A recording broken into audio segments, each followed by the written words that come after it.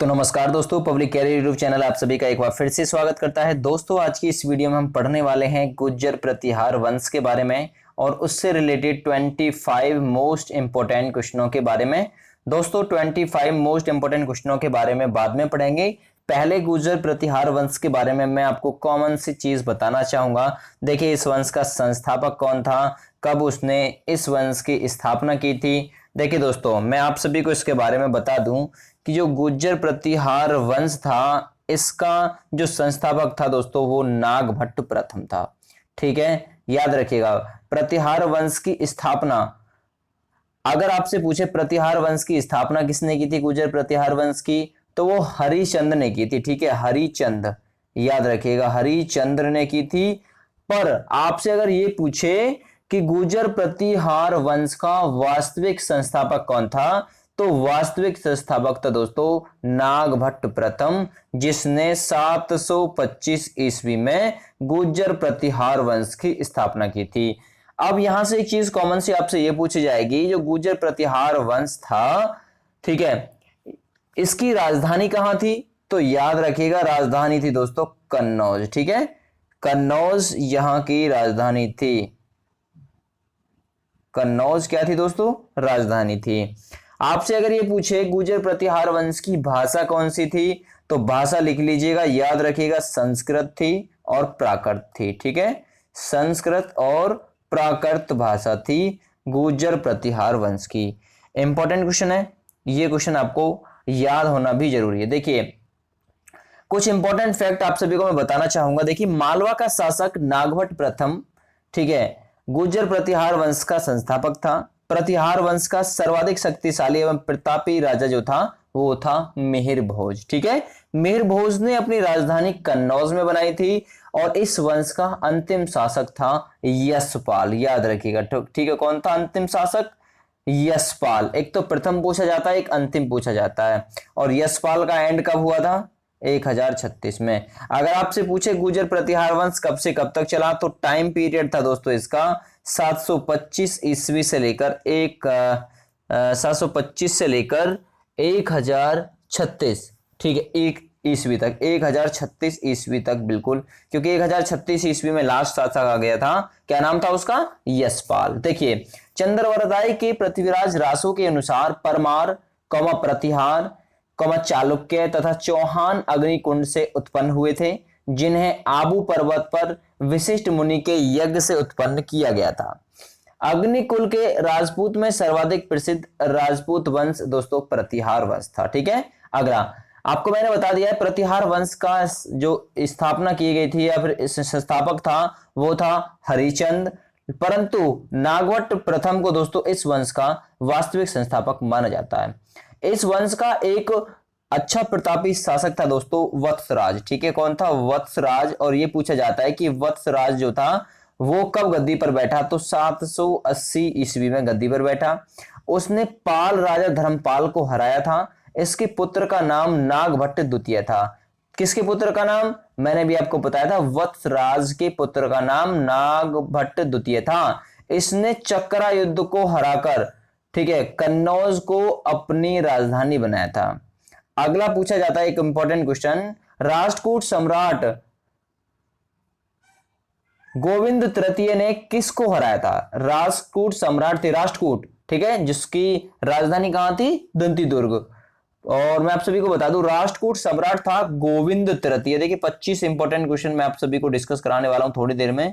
तो गोविंद तृतीय जो था दोस्तों राष्ट्रकूट सम्राट, इसने किसको हराया था, नागभट्ट द्वितीय को हराया था। ठीक है, नागभट्ट सेकंड को हराया था गोविंद तृतीय ने। और गोविंद तृतीय किससे संबंधित थे, राष्ट्रकूट वंश से, और नागभट्ट वो थे गुर्जर प्रतिहार वंश थे।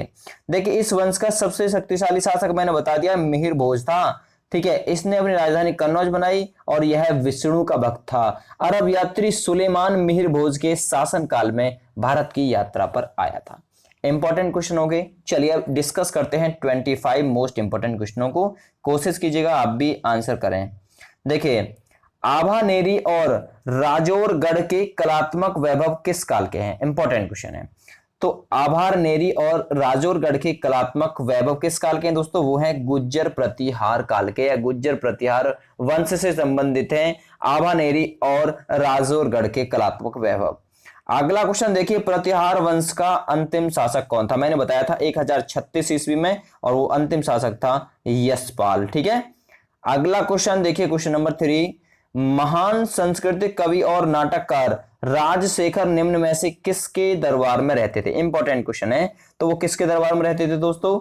इंद्र तृतीय के दरबार में रहते थे महान संस्कृत कवि और नाटककार राजशेखर। ठीक है, अगला क्वेश्चन देखिए, क्वेश्चन नंबर 4, प्रतिहार शिलालेखों में पदाधिकारियों का उल्लेख यह आता है, या फिर प्रतिहार शिलालेखों में पदाधिकारियों का जो उल्लेख है उसे क्या कहा गया है? इंपॉर्टेंट क्वेश्चन है। तो राइट आंसर दोस्तों उसे राजपुरुष कहा गया। ए ऑप्शन सही है। ठीक है, अगला क्वेश्चन देखिए, राजस्थान में प्रतिहार वंश के संस्थापक हरिश्चंद्र की राजधानी थी। तो हरिश्चंद्र की राजधानी कहां थी? चलिए बताइए जल्दी से क्वेश्चन, इस सवाल का आंसर। तो याद रखिएगा उसकी राजधानी थी मंडौर। ठीक है, उसकी राजधानी, जो राजस्थान में प्रतिहार वंश का संस्थापक था ना हरिश्चंद्र, उसकी राजधानी कहां थी? मंडौर थी। अगला, तो दोस्तों क्वेश्चन नंबर 6 है, इतिहासकार आरसी मजूमदार के अनुसार गुर्जर प्रतिहारों ने कितनी शताब्दी तक अरब आक्रमणकारियों के लिए बाधक का काम किया था? बाधक का मतलब उनके अनुसार काम किया था। तो क्वेश्चन नंबर 6 का राइट आंसर रहेगा बी ऑप्शन, 3री शताब्दी से 5वीं शताब्दी तक। ठीक है, अगला क्वेश्चन देखिए, नागभट्ट प्रथम निम्नलिखित में से किस राजवंश से संबंधित है जो कि वास्तविक संस्थापक है गुज्जर प्रतिहार वंश का? नागभट्ट प्रथम। तो क्वेश्चन नंबर 7 का राइट आंसर रहेगा बी ऑप्शन, गुज्जर प्रतिहार वंश। अगला क्वेश्चन देखिए, किस प्रतिहार राजा के काल में प्रसिद्ध ग्वालियर प्रस्ती की रचना की गई? तो किस राजा के काल में की गई थी प्रसिद्ध ग्वालियर प्रस्तुति की रचना दोस्तों? ये क्वेश्चन नंबर 8 है, और राइट आंसर रहेगा दोस्तों इसके लिए भोजराज प्रथम के काल में। अगला क्वेश्चन देखिए, मंडौर के प्रतिहार माने जाते हैं। तो जो मंडौर के प्रतिहार थे दोस्तों, क्योंकि आपको पता है कि मंडौर को किसने अपनी राजधानी बताया, मतलब बनाया था, मैंने आपको थोड़ी देर पहले बताया था, किसने बनाया था मंडौर को अपनी राजधानी?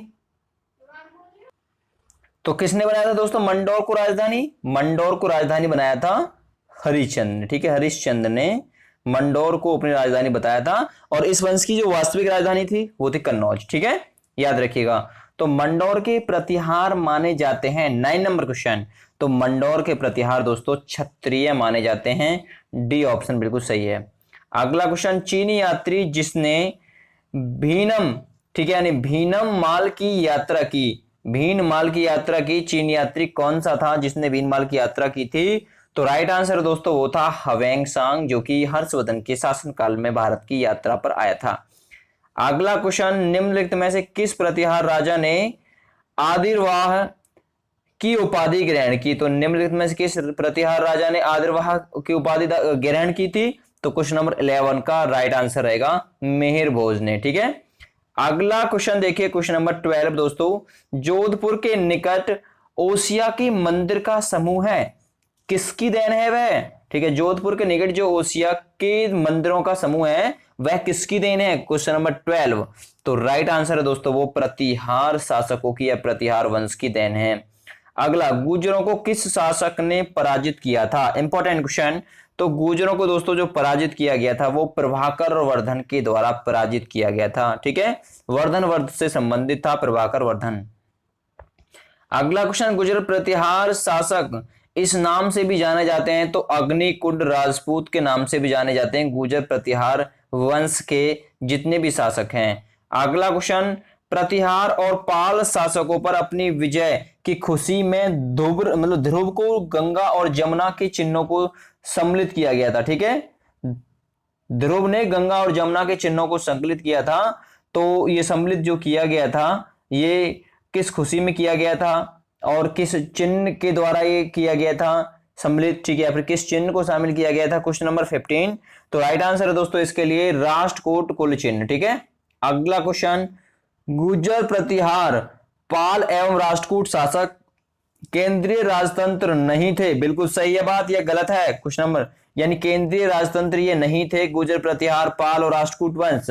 तो क्वेश्चन नंबर 16 का राइट आंसर रहेगा गलत है। ठीक है, यानी कि बी ऑप्शन। अगला क्वेश्चन, मुहुर्तोह नैसी ने गुर्जर प्रतिहारों के कितनी शाखाओं का वर्णन किया है? तो राइट आंसर है 26 शाखाओं का वर्णन किया है। अगला क्वेश्चन, प्रतिहार राजा नागभट्ट प्रथम की राजधानी कौन सी नगरी थी? तो कौन सी नगरी थी? आप लोग जल्दी से बताइए। गुर्जर प्रतिहार राजा नागभट्ट प्रथम की राजधानी कौन सी थी? तो उज्जैन थी। ठीक है, उज्जैन। अगला क्वेश्चन, राजस्थान में प्रतिहारों की सबसे प्राचीन और महत्वपूर्ण शाखा थी? तो 19 नंबर का आपका राइट आंसर रहेगा, वो थी मंडौर। ठीक है। अगला क्वेश्चन, वह गुर्जर प्रतिहार शासक जिसने कन्नौज विजय के उपलक्ष्य में परम भंडारक यानी महाराजा धीराज परमेश्वर की उपाधि धारण की थी, तो वो कौन सा था? तो इसके लिए राइट आंसर आपका रहेगा 20 नंबर के लिए से ऑप्शन, यानी कि से नंबर ऑप्शन, वो था नागभट्ट द्वितीय। ठीक है, महाराजा धीराज की जिसने उपाधि धारण की थी। अगला क्वेश्चन देखिए, क्वेश्चन नंबर 21, प्रतिहार शासक महेंद्रपाल प्रथम और महिपाल का दरबारी कवि कौन था? ठीक है, इंपॉर्टेंट क्वेश्चन है। तो वो दरबारी कवि था दोस्तों राजशेखर। ये मैंने बता भी दिया था आपको। प्रतिहार शासकों में रोहिल्द के नाम से, यानी रोहिल्द के नाम से किसे जाना जाता है? तो 22 का आपका राइट आंसर है दोस्तों, वो जाना जाता है हरिश्चंद्र को। अगला क्वेश्चन, निम्नलिखित में से किस विदेशी यात्री ने गुर्जर प्रतिहार राजवंश और सैन्य शक्ति और समृद्ध का उल्लेख किया है? तो 23 का राइट आंसर दोस्तों रहेगा, वो रहेगा सुलेमान। अगला क्वेश्चन, राजशेखर के किस ग्रंथ से प्रकट होता है कि राजशेखर महेंद्रपाल का गुरु भी था? तो राइट आंसर दोस्तों कर्पूर मंजरी, कर्पूर मंजरी दोस्तों जो ग्रंथ है इससे प्रकट होता है कि राजशेखर महेंद्रपाल का गुरु भी था। अगला क्वेश्चन 25 नंबर, निम्न में से किस अभिलेख में विजयपाल को क्षितिपाल देव का पुत्र बताया गया? ठीक है, निम्नलिखित में से किस अभिलेख में विजयपाल को क्षितिपाल देव का पुत्र बताया गया है? तो वो अभिलेख है दोस्तों राजौर अभिलेख, यानी कि ए नंबर ऑप्शन या ए नंबर ऑप्शन बिल्कुल सही है। दोस्तों ये थे गुर्जर प्रतिहार वंश से अभी तक पूछे गए सभी महत्वपूर्ण और इंपॉर्टेंट क्वेश्चन। ठीक है, पूरा गुर्जर प्रतिहार वंश इनमें ही समाहित है, इससे अलग कोई क्वेश्चन पूछा जाता नहीं है। अगला वंश आप सभी को कल पढ़ाया जाएगा। फिलहाल के लिए thank you and bye bye. Thanks for watching, have a great day.